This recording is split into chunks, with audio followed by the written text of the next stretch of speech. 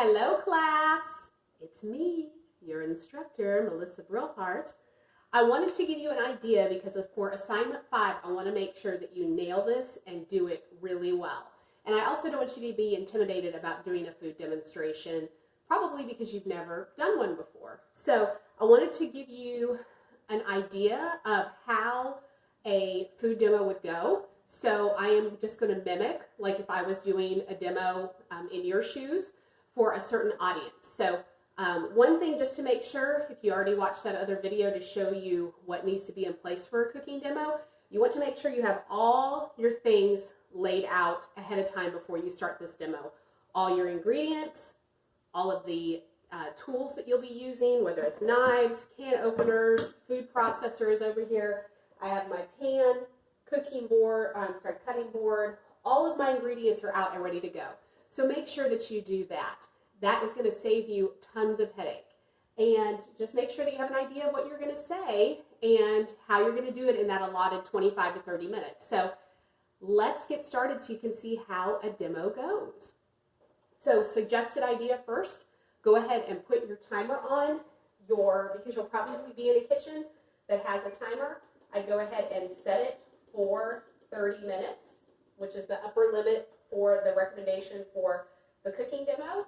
And we are starting now. So, hello, my name is Melissa Brilhart, and I am a busy mom of 4. And today what I want to show you is a really simple recipe that I do in the evenings for my kids when they are rushing in from school and we're having to go in between that and sports and everything else. And so I know for you all as busy moms that you're looking for simple recipes. And so today we are going to do that. Key item 2 is we want to make it healthy. It's one thing to eat on the run and just to grab, especially with going through those fast food lines. You actually can do simple meals quickly at home that are healthy. So today we're going to pretend it is Tuesday and we are going to have Taco Tuesday. But honestly, at my house, we have Taco Tuesday any night of the week. So what we're going to do is we are going to have ground turkey to make it a healthier option. What I choose typically is it can be any brand that you want, and I'm going to hold this up to the camera for you. But what we're looking for is, this is ground turkey, lean, 1 pound is all that you need, and I'll show you how you can make that extend for a larger family to make the tacos last, because 1 pound's not tons when, especially in our house, we have 6 people. 93% lean, 7% fat. So this first number means the higher this number is, the leaner it is. I like to leave a little bit of fat. They do have a leaner type of turkey, but I do like to leave a little bit of fat in my meat so that it can cook and have some flavor, because sometimes that's what you sacrifice when you do that. So we're going to take the turkey. I'm going to go ahead and turn my oven on. My stove top on to about medium heat. I am going to take, it's really your preference. You could use olive oil, canola oil, your choice. These are 2 very heart-healthy fats. I'm going to use the canola oil in there. Canola oil tends to have a better resistance to high heat, so you won't have smoke coming up in the air when you're cooking. So I'm going to put about just a little bit, maybe about a teaspoon in there to coat my pan. Because even though we do have a little bit of fat in that meat, we do want to just make sure we coat the pan. This is a non-stick pan, but sometimes turkey will stick to the pan. So we're going to get that heated up here. So with the tacos, we are also going to be seasoning them because you want to season foods. You want healthy foods to taste good. And so at our house, what we do is we actually make a homemade taco spice blend, which is an easy type of recipe that you can find online. It's going to be a mix of cumin. It's going to have some chili powder in it, some garlic powder, and potentially just a little bit of salt in there. And we make big portions of these at home and just put them in these type of containers. Now you can purchase pre-made packets of the taco seasoning or fajita seasoning or whatever you would like. However, I'm opening my turkey here. Ooh, big noise. However, when you buy those packets, they tend to be really high sodium. And especially for people that are trying to be heart healthy, having a lot of that sodium is not great for the heart. And it really can be overpowering also to the flavor if it's really too salty. So what I'm going to go ahead and do is I'm going to go ahead and put my turkey into my pan. This is, it's fresh. At our house, many times it's last minute kind of racing to try to figure out what we're going to do. So lots of times I'll just pull this out because it's frozen from when I went to the grocery store. And you could defrost ahead of time, but honestly, even if it's frozen, it may take a little bit longer to cook, but I'll just pop it in the pan and cover it to speed up the process if it is frozen. Today, ours is fresh. So I'm going to go ahead and put that in my pan that has medium heat going on there. We're going to do that. What I'm going to do with my seasoning, which when you use the seasoning packet that's already made, you can potentially use the whole thing. I honestly would only use about half of it. I think they do say for 1 pound, which is what we have, to use the entire pack, but it can be a little bit overwhelming. With this pre-made stuff, it's really up to you. You can sprinkle it on, or I'm going to do about a tablespoon worth in here for my meat. Because honestly, turkey itself, when you cook with it, the biggest complaint for a lot of people is it doesn't have flavor. And so we can make it very, very flavorful depending on the type of seasonings that we use. And so we're going to put the taco seasoning on here. I'm going to go ahead and sprinkle that on top of my meat, which I'll give you a preview of the meat in just a second here. I'm going to grab a handy dandy utensil that you'll learn about here. You go ahead and grab the camera here.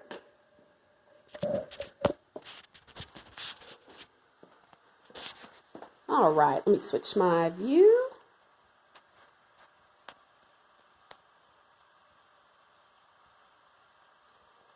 Okay, so the meat itself is right there. That's your turkey in there, and it is sizzling because we do have some oil in there. And what this is you can find, like, it's called a meat, I don't know if you'd say a meat grinder, meat pounder. This tool I use for everything, and you can find it in a lot of your just home goods stores. And what it does is it just breaks apart the meat there.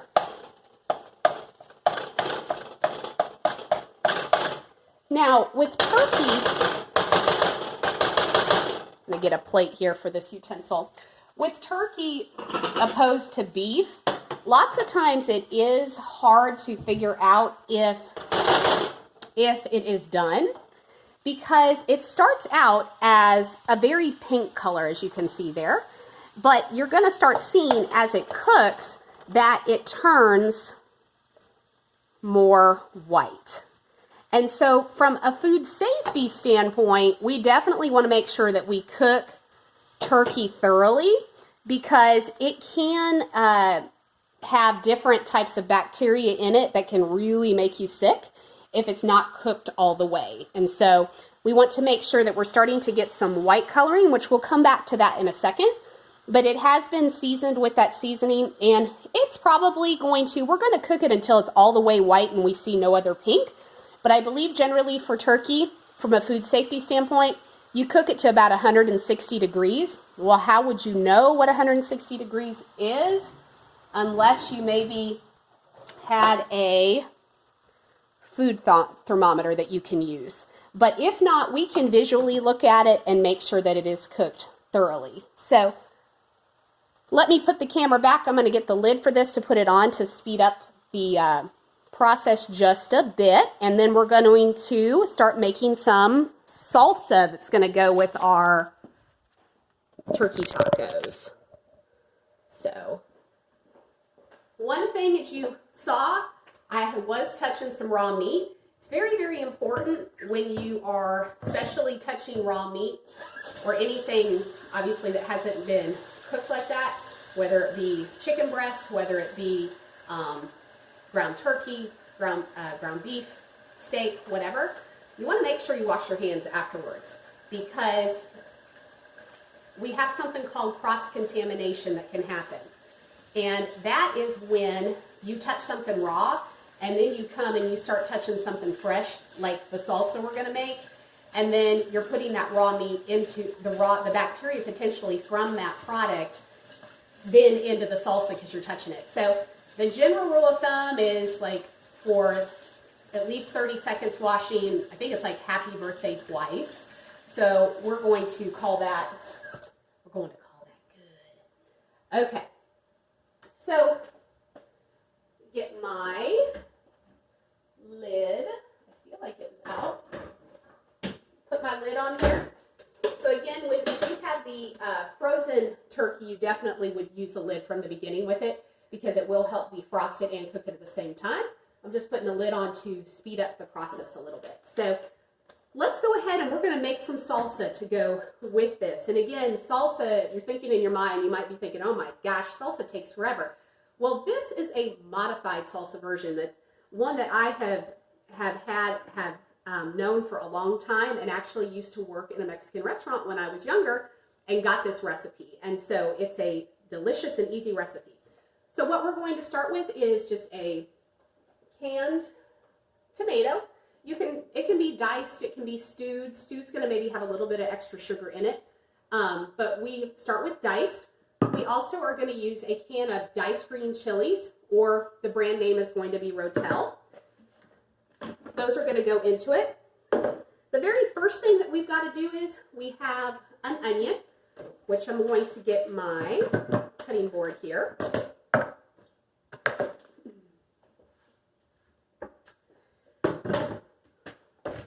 Make sure that you can see. So I take my onion here, and everybody's going to have different techniques of how they slice an onion or prepare it or whatever. For this recipe, you don't want to overpower it with onions. I have made this so many times in so many different ways, but sometimes I find if I put a whole onion in it, it's too much. So we're going to do a half an onion. This right here is, if you're familiar with it or not, this type of knife is called a chef's knife. It is pretty much an all, you can use it for everything. And so this is one, again, that from a food safety standpoint, I wouldn't have cut the, or sliced the turkey or done anything with it and then come over here without washing it in between and then started on my fresh stuff. But back to the onion. With the onion, for me, this is just what I generally do. I slice off both ends of the onion because I don't want to take time, again, trying to peel it from the beginning. That's just me. And then I take my knife and I just kind of gently slice and put just a little bit of a slice in one side or a mark. And then I look for just kind of that first layer of onion, and I go ahead and I just peel off the outside of it. So that's going to get rid of all that dry stuff that's in there, the dry stuff on the outside. Then for safety purposes with a knife, you want to make sure if you're slicing anything and it's round, like either a tomato or an onion or something like that, that once you have your flat sides, because I sliced off each side, I'm going to put a flat side down, not a round side, not the rounded side down, because it's going to roll away from you and potentially you could hurt yourself. So I'm just going to slice this puppy in half. So I have half my onion here. Now I do have a handy dandy food processor. Not all of you are going to have one. If you have a pretty good blender, you could use a blender with this, but you do need something that's going to help mix it up for you. And again, from a time sake, this is what helps me, is that I use a food processor and things that help cut time. So I'm going to put half my onion into here, and I also put some garlic as well. Now, if you do not have, you can use fresh garlic, you can use the fresh peeled garlic that's in the container already. I do buy these for time's sake because they are already peeled. You also can use garlic powder, but what you want to keep in mind is if you're using any type of powder that for fresh, you don't need as much powder because it's much more powerful. I've also found that out when I've made this salsa before, that I went a little too crazy with my garlic powder. I definitely would use a fresh onion. I would not substitute onion powder. I don't think you're going to end up with as good a product. So this already has the cloves in there that are fresh peeled, and there's not really an exact science to this, but you don't want to overpower it. So I generally put about 4 to 5 of the cloves in there. So we're going to go ahead and put that in here.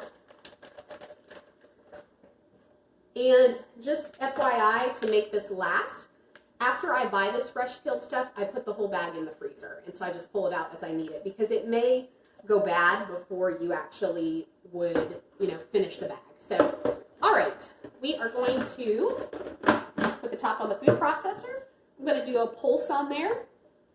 Pulse means just a quick, let's run it through, kind of get it chopped, but not like way finely chopped. Or minced would be like teeny tiny pieces. Chopped is just smaller pieces. So we've got that in there. We're going to be doing that as a repeat step when we do our tomatoes. So we're going to go ahead and put our diced tomatoes in here.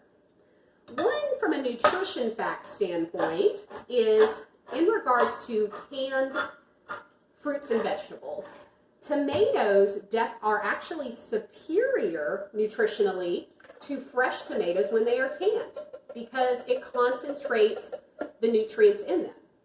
One thing about the canned products is you definitely want to be aware of the sodium content, because they do have to put sodium in them to preserve them. And so the sodium can run kind of high on these canned products, but they do have low sodium products that you can use. These are not low sodium that I'm using, but if blood pressure and things like that is a concern, or heart health at home, then you'd want to use that. All right, I'm going to go back over here just for a bit. One thing with the turkey, I used this already. It has raw meat on it, so I'm going to go ahead and put it in my sink. I'm not going to use it again, because you wouldn't want to go back in after you've had the raw meat on it and put it back into cooked meat. All right, so I'm looking at this. I'm going to go ahead and I'll get the camera so you can see what's happening here. We are getting pretty close to being done with these tacos. Or the taco meat, I should say. Let me grab this. And as you can see, it's definitely making progress. It is becoming much more white, and also is now transitioning to more of a brown, which is what we're looking for to make sure that it is cooked thoroughly. I'm going to go ahead and continue to break up the ground meat, because we need to make sure that all of it is cooked thoroughly. So we want to make sure that it is in as small of pieces as possible. So this is very, very close. I'm actually really not seeing any type of pink, but for just safety's sake, I will go ahead and put that back on just for a minute or two. By keeping the lid on it, it is going to help keep the turkey more moist, because turkey tends to dry up just because it's so lean. So if you can put a lid on it, that's a good thing. All right. Okay, so back to the salsa. So we've got our rotel and our diced tomatoes in here. Let me grab, I'm going to be putting some cumin in there, some salt, some pepper, and a little bit of sugar. So let me grab that right now. Cumin, sugar. Okay. And my salt and my pepper. And so this is, again, not an exact science.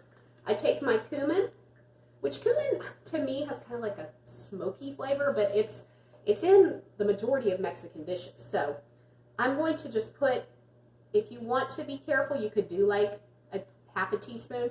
I normally just eyeball it and put just a couple shakes of it. In regards to the salt, the canned vegetables already have some salt, but we do want to give it a little bit more. So I use sea salt. Sea salt is more coarse, and so with that, it generally takes a lot less to season food because it is larger pieces, and so sea salt can be an advantage to people who are trying to watch their sodium content. And then my pepper, don't go too crazy, but we'll just shake a little bit of that in. And then I'm actually going to put a little bit of sugar in here. That helps balance some of the saltiness and also the little bit of the acidity that is in the tomatoes. So I'm going to put that in here. You can also, and I don't have it with me, I don't have it, did not get it at the store, completely forgot to, but cilantro is a wonderful type of herb that you can put in this salsa, and I generally do that, but you can add it right in at this step too. So we've put all of those ingredients in. We have our onions, we have our garlic, we have our Rotel tomatoes, we have our diced tomatoes, we have our cumin, our salt, our pepper, and our sugar. And now we are going to just hit the button on here, pulse, not even just on, but we're going to pulse it about 4 times. 1, 2, 3, 4. Depends on how chunky you want your salsa. Some people like it where it's really small pieces. For me, we tend to, at our house, like the chunky kind of salsa. So we're going to get that out in just a second here. So coming back to our turkey, I'm going to turn this down just a bit. We don't want to overdo it. I talked to you about, in order to extend out that 1 pound of meat, which again with 6 people is not going to last very long. So in our tacos, we add a different type of protein in there as well. We add black beans, or you can do in there pinto beans, the white color, because it goes really well with the turkey, but we do black beans as well. So I'm going to take my black beans. Let me move my over here.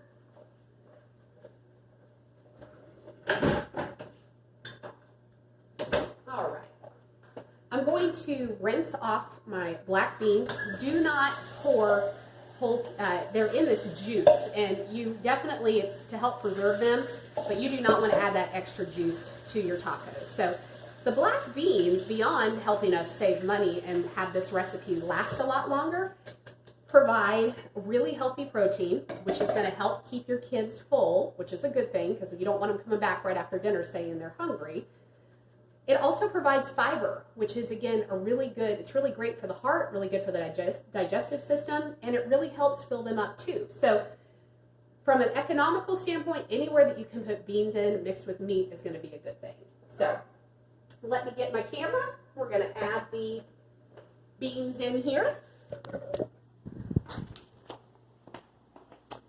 All right, here we are. The turkey, as I can tell, is already kind of getting dry. So we're going to go ahead and add those black beans in with those tacos. Getting a different utensil to use just in case that one happened to still, if the meat when I was in there happened to still be raw. So we're at this point turning off the burner, and our tacos are done. And I'm going to plate that up here for everybody to see. So let's go back to this. So with tacos, really, you can dress them up however you want. Now, for us, and today, to keep it simple, we're just going to do taco shells. We're going to do some cheese. We're going to do our salsa with it. Go over to here. There we go. Okay.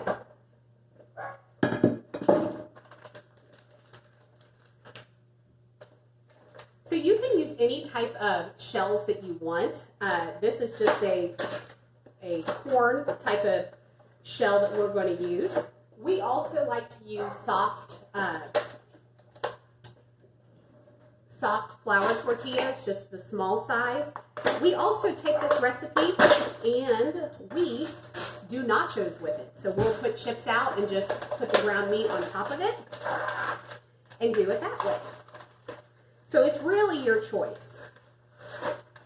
You can make homemade taco shells if you want, but honestly, I don't have the time for that. So I get the pre-made one. So we are going to take our tacos. I'm going to come over here and get my meat out. We're going to put that in the taco shell to get ready.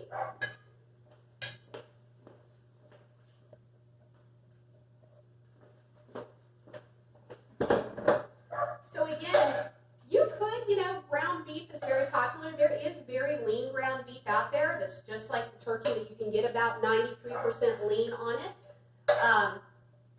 I tend to like the turkey just for a change from the red meat, but it is totally up to you. You can do chicken, you could do ground chicken. Again, you just want to make sure that it stays lean. So at least the 93% or higher. Chicken breast is great. You can cook chicken breast on the stovetop and just cook it until you can shred it.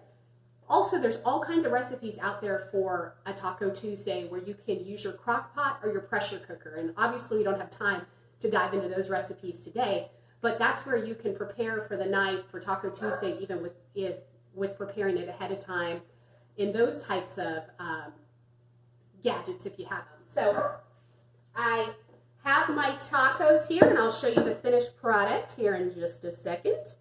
I'm going to get my salsa, put that on the side just as a,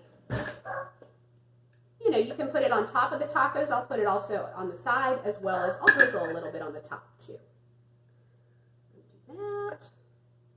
Now, in regards to the other toppings, there are a plethora of things that you can do to soup up your tacos and make them even healthier. Lettuce, just, you know, shredding up lettuce. I already have the tomatoes taken care of, but if you did want to do some fresh tomatoes on top, you can. Cheese is fine. Dairy is good for you. We just want to do it in moderation, so it's just doing a little handful. That's like a teaspoon on each taco to give it some flavor. Another thing that can really provide awesome flavor is using an avocado. An avocado is going to help provide really good healthy fats for your heart. It also helps hold you over until the next meal because it has that healthy fat in it that helps fill you up. So my final product here tonight on Taco Tuesday, done in less than 30 minutes, because that's what it's all about. Here we are. We have our ground beef tacos for your viewing pleasure, but my eating pleasure. And I hope that this recipe will be helpful to you on those busy nights when you are rushing in with the kids and in between meals and need something fast and inexpensive. This type of meal is going to cost you well under $2 a person. So that's really economical when you think about going through the fast food line, that you would spend well over $2 for just junk. So think of that next time as you're preparing for that meal. And I thank you so much for joining me today. All right, now back to teaching mode. So I did that in under 30 minutes. I just did that cooking demo in 27 minutes. And so again, that's what I'm looking for. You do not have to be a pro. You do not have to be a chef.